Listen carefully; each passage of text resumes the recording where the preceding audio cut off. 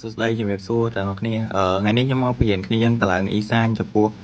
អ្នកដែលបានទិញអ៊ីសាញពីខ្ញុំអញ្ចឹងវាមាន certificate នេះហើយអញ្ចឹងត្រូវពេលខ្ញុំទិញដំបូងគឺខ្ញុំតម្លាក់អញ្ចឹងហើយអញ្ចឹងគ្នាយើងចូល link នេះមកហើយយើងចុច yes មកហើយដល់ថ្ងៃនេះយើងរងចាំវាតិចទៅនេះវាមានពី install ហើយបញ្ជាក់ខ្ញុំមានលក់គ្នាយើងមិន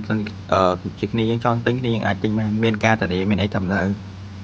ហើយតម្លើងបានគ្រប់ version និយាយទៅគឺធានា 100% គឺតម្លើងបាន 100% យកមកបើសិនជាតម្លើងអត់បានខ្ញុំសងលុយ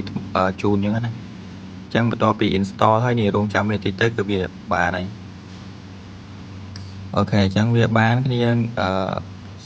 ចូលវាមកបន្ទាប់ពីចូលវាដល់បានប៉ុណ្ណឹងហើយគ្នាយើងថយក្រោយវិញមកនេះតែយក certificate វាអញ្ចឹង certificate វាគឺខ្ញុំតម្លាក់ឲ្យហើយ password វាគឺខ្ញុំតម្លាក់ឲ្យដែរតែនេះយើងយក certificate យើងដាក់មក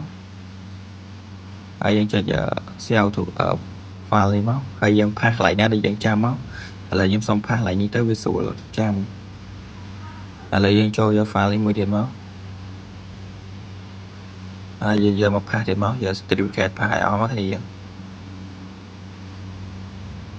តោះតែយើងមាន certificate ហ្នឹងបានអាចប្រើបានហើយ certificate ហ្នឹងប្រើបានតាមទូរស័ព្ទទេទាំងយើង